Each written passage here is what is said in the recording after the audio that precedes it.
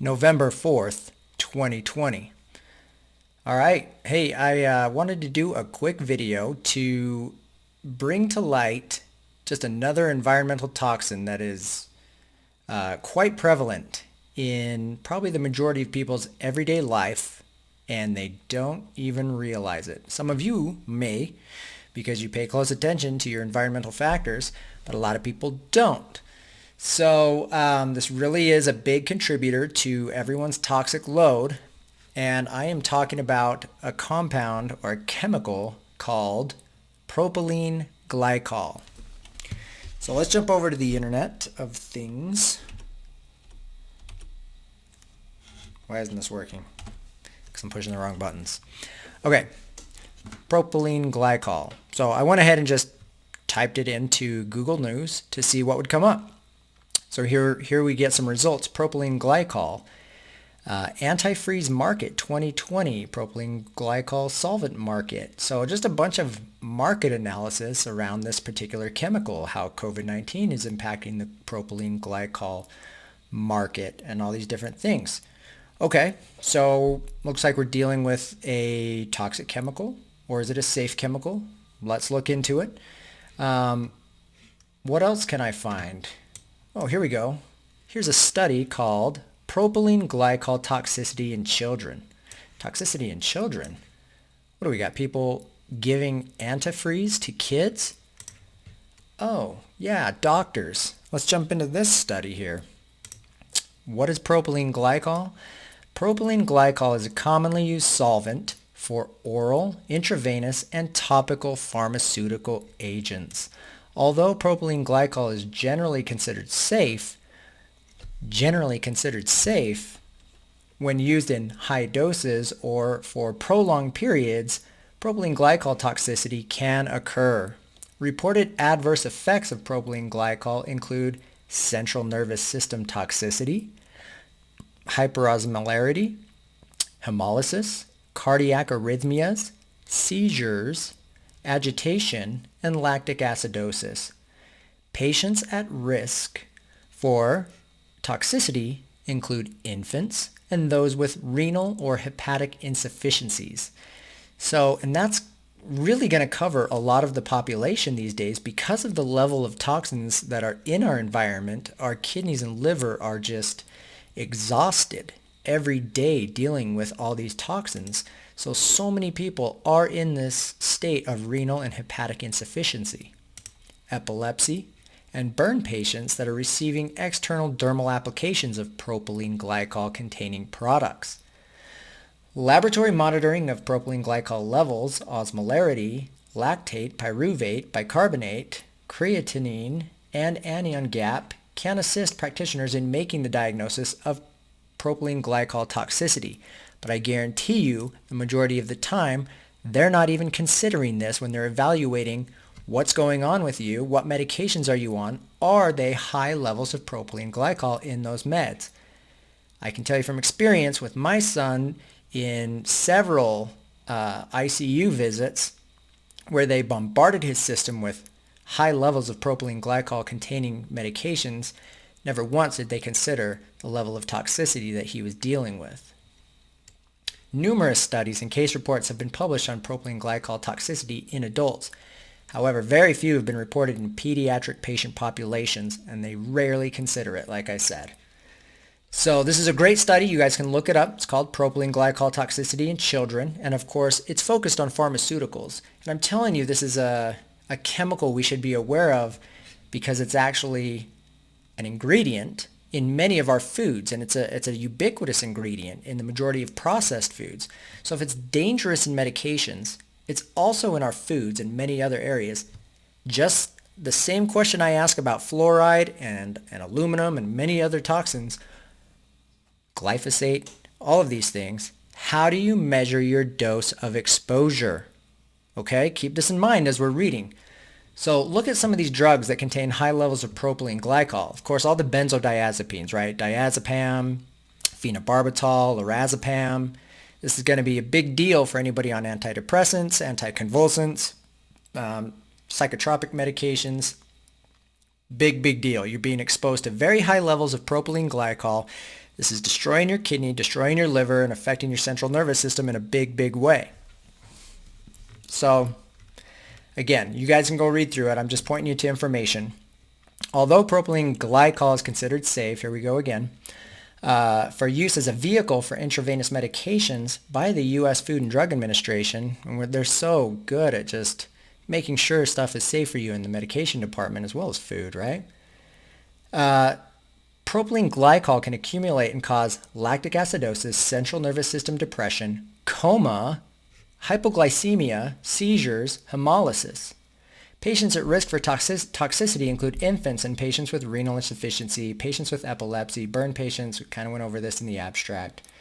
Anyway, you see it's a big deal in the world of medicine. And hopefully you're starting, I think most people are starting to realize medicine is just poison and completely deteriorating your body and causing extreme levels of toxicity. There's also studies about skin reactions to propylene glycol. So why skin reactions? Why are we putting on our skin? Let's take a look at just how prevalent this chemical is in your everyday life, potentially, if you're not paying attention, reading labels, and figuring out what's going on.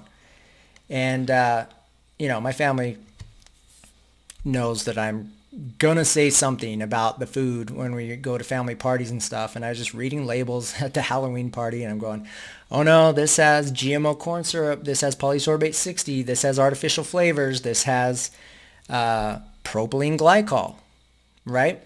And I'm saying that's antifreeze, and trying to help people realize it's really important to read labels. And now I want to, share some of that with you. So this is a really good article. I don't know when it was written. There's no date on here. This is on leaf.tv, called Foods and Drinks with Propylene Glycol. And literally, it's in almost everything. If you're not making your food at home using clean organic ingredients, you're ingesting propylene glycol at probably pretty high levels. So again, what is your dose of exposure? The ingredients listed on some food products may sound as though they belong in a chemistry lab rather than in the grocery store. Propylene glycol is one such example. It's found in thousands of products from salad dressings to dog food, cosmetics, and antifreeze. This synthetic chemical, generally regarded as safe for food use, helps products maintain their moisture, consistency, and texture, which is why it's commonly found in packaged, consumable, and household products. Propylene glycol basics. PG begins its life as a chemical called propene, which is a byproduct of the fuel industry or the fermentation of plants. Propene is converted into propylene oxide, a potentially harmful chemical that is also used to make propylene-based plastics. Adding water to propylene oxide, also known as hydrolyzing it, creates propylene glycol. Propylene glycol is a diol alcohol, so it's sometimes listed on products as 1,2-propanediol or propane 1,2-diol. It also shows up in ingredients listings as E1520 or methyl ethyl glycol or trimethyl glycol or 1,2-dihydroxypropane, making it trickier to determine which products contain propylene glycol. Now on its own, propylene glycol is a clear, odorless liquid. It looks like water, but it's just a bit more syrupy than water. It doesn't add much, if any, flavor to foods, which is another reason why it's commonly used in packaged food products, medications, personal care goods such as deodorants and perfumes. Propylene glycol inherits traits that make it beneficial to product manufacturers on many levels. The chemical is used to thicken items, so think about syrups and caramels and things like that. They're going to be thickened with propylene glycol potentially, keeping them moist and help prevent caking. As an anti-caking agent, it comes in handy for keeping dried and powdered items such as soup mixes, grated cheese from sticking together. Oddly enough, it also helps blend items together, like an emulsifier, such as oil with water-based ingredients in some salad dressings. Propylene glycol uses also include stabilizing and preserving all sorts of products, increasing shelf life. Some manufacturers add propylene glycol to ensure even color and color distribution in packaged foods. It's even used in the liquid that creates smoke for a smoke or fog machine to improve the smoothness of vaping or e-cigarette liquids. This chemical is also used as a solvent in paints, plastics, in the food industry, and it also helps dissolve other chemicals. So let's look at it in food specifically.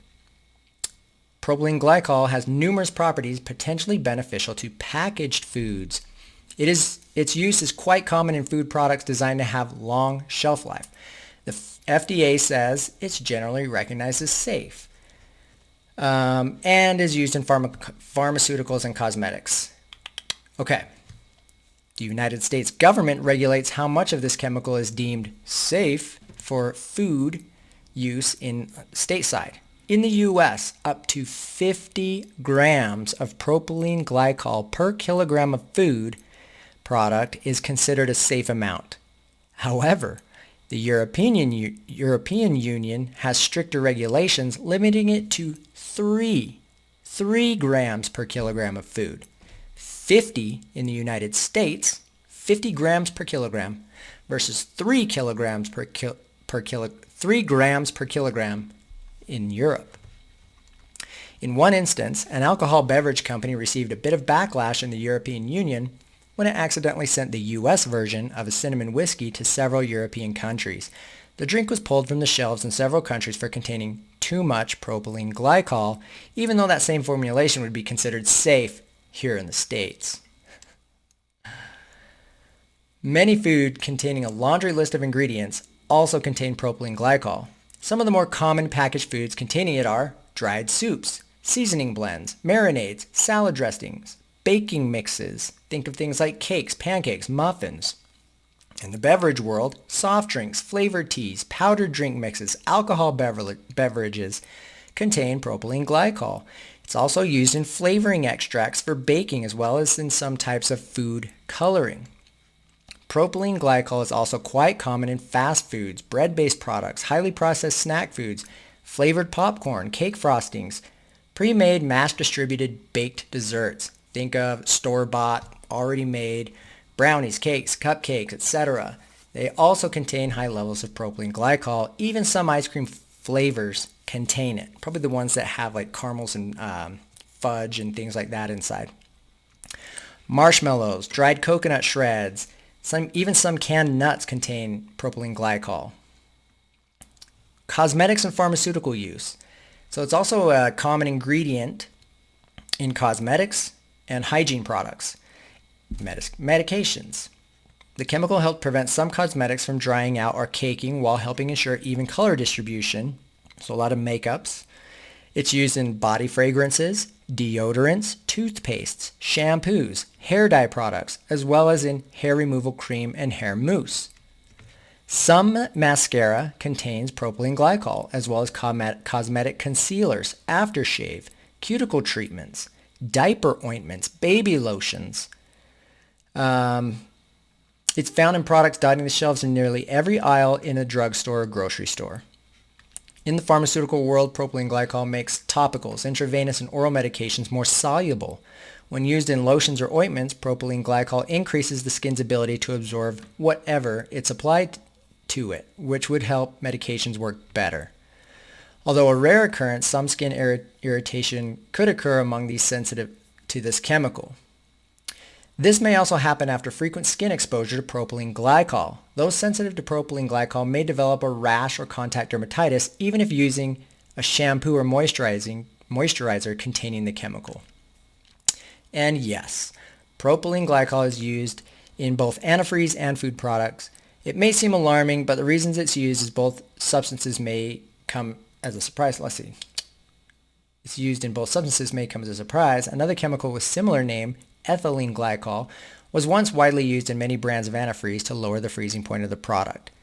So just because it's in antifreeze doesn't mean it's toxic, but it actually is toxic. As you see, we've gone over some studies that show just how damaging this is to your organs and your central nervous system. So it is toxic, no matter what they're telling you. Just because it's in antifreeze doesn't mean it's bad. Well, it's bad. This chemical, much more toxic than propylene glycol, also smells sweeter. They're talking about the ethylene glycol. Pets and wildlife coming across pools of ethylene glycol antifreeze outdoors found the scent enticing and would drink it to their demise. Some antifreeze manufacturers switched out the ethylene glycol for propylene glycol to make the product safer. Great. Even though considered safer than the ethylene glycol versions of antifreeze, it should still not be left out where pets, children, or even stray animals may consume it, but let's put it in all our food.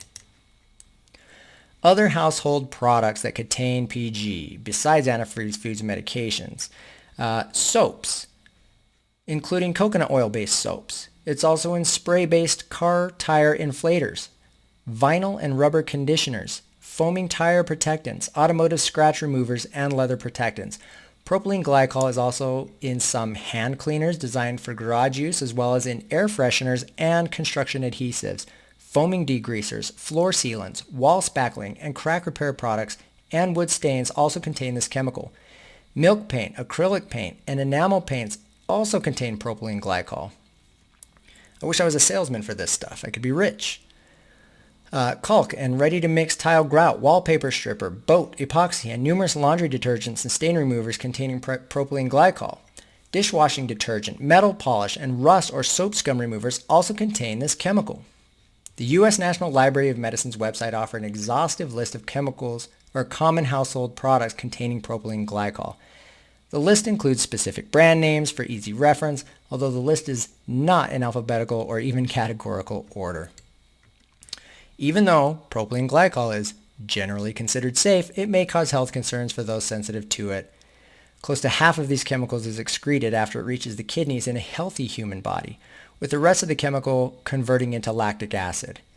And that's if you're like really healthy and your GFR rate is great, your renal function is really good, then less of that is going to your liver and then getting broken down into lactic acid. But for those with poor renal function, especially infants, and then almost any older person these days, the kidneys are being destroyed so rapidly that any exposure to this chemical is just wreaking havoc in your body. So it's a big deal. This means that for most people, exposure to safe levels of propylene glycol, even on a repeated basis, isn't cause for great concern, but most people aren't healthy anymore.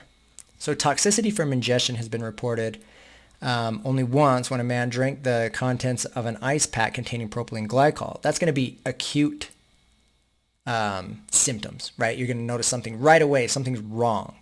But what about long term, as this is slowly just breaking you down and your organs are continuing to be overloaded? This is just one of thousands of chemicals that are destroying your body, and you don't know how much you're getting unless you're reading labels and paying close attention. So, we already saw in the study, kidney and liver disease. You may want to limit or completely avoid products containing propylene glycol. No schniz.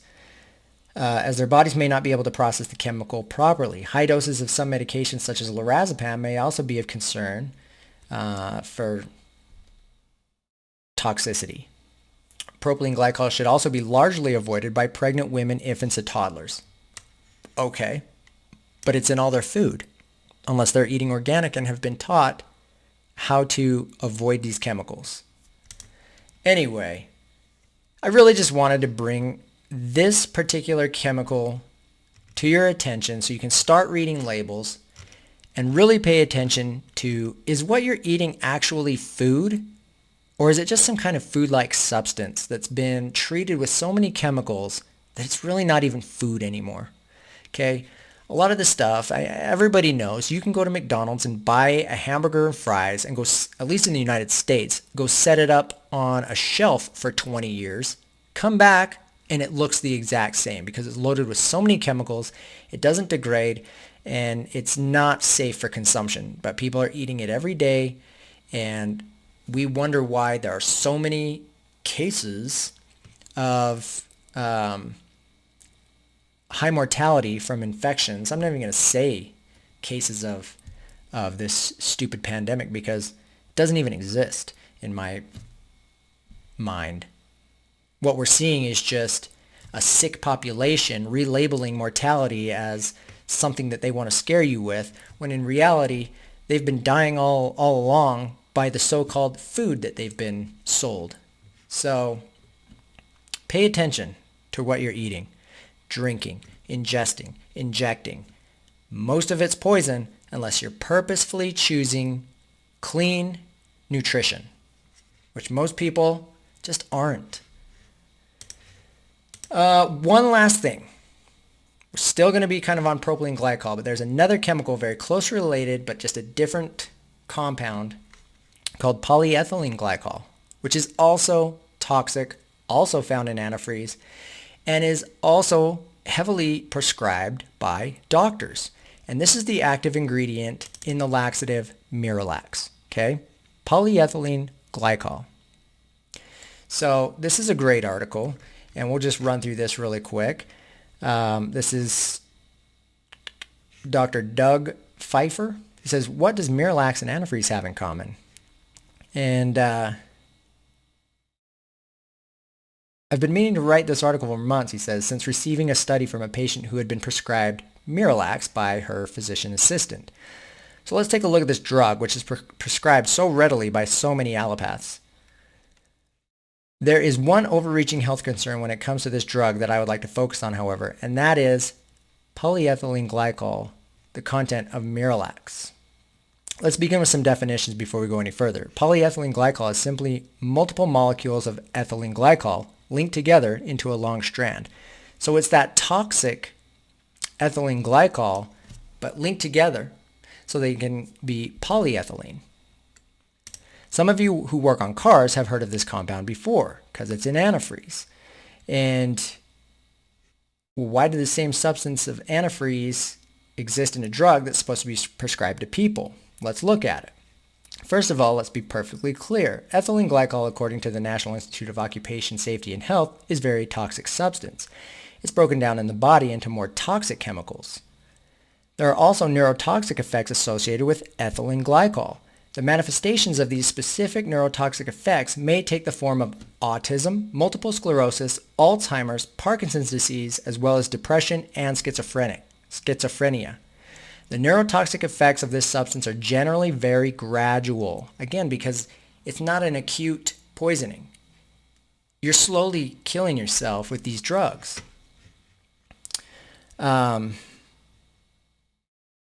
Gradual and progressive. The signs and symptoms are often overlooked by many well-meaning doctors and specialists until a disease label can be placed on the myriad of complaints that a patient may be manifesting from these toxic substance. The many varied and widespread symptoms and complexes that manifest from polyethylene glycol and its derivatives can affect the kidneys through what is termed nephrotoxicity. The skin in the form of urticaria or hives, the esophagus in the form of perforations in the esophagus, and numerous other conditions. And this is all from Miralax. For those of you taking this drug, recognize that a single dose of Miralax contains 17 grams of pharmaceutical-grade polyethylene glycol powder. Oh, by the way, this substance is also used as an antifungal agent, an insecticide, and a germicide. It's also used to preserve wood used for railroad ties and telephone poles. The way this drug works is by blocking the absorption of water through the intestinal wall. And this is really important to understand. If you're blocking the absorption of water through the intestinal wall, is that all you're blocking? No. Sounds reasonable, right? In this way, Miralax keeps the stool well hydrated so that it can pass more smoothly. The problem with this concept is that it is also blocking the absorption of certain micronutrients as well. Therefore, the use of this drug for longer than a few days, which most people are using this for way longer than a few days, can cause severe nutritional deficiencies. For example, use of Miralax for 2 weeks can cause significant iron and iodine deficiencies in young children. Polyethylene glycol also diminishes the protective mucus lining of the large bowel and aids in killing off the essential immune support of intestinal bacteria. This dysbiosis causes significant suppression of our primary source of immunity in the bowel. So you're just going to get sicker and sicker and more susceptible. This change causes premature aging and a myriad of autoimmune conditions. Don't think for a minute that propylene glycol is found only in Miralax. It is found in many other common household products. Although it is considered safe by the FDA and the CDC, the number of products containing this substance are numerous and can have cumulative effects on the user. Here is a brief list directly from the CDC. Propylene glycol food, tobacco, pharmaceuticals, cosmetics, emulsifying agent, drying agent. We've already talked about that.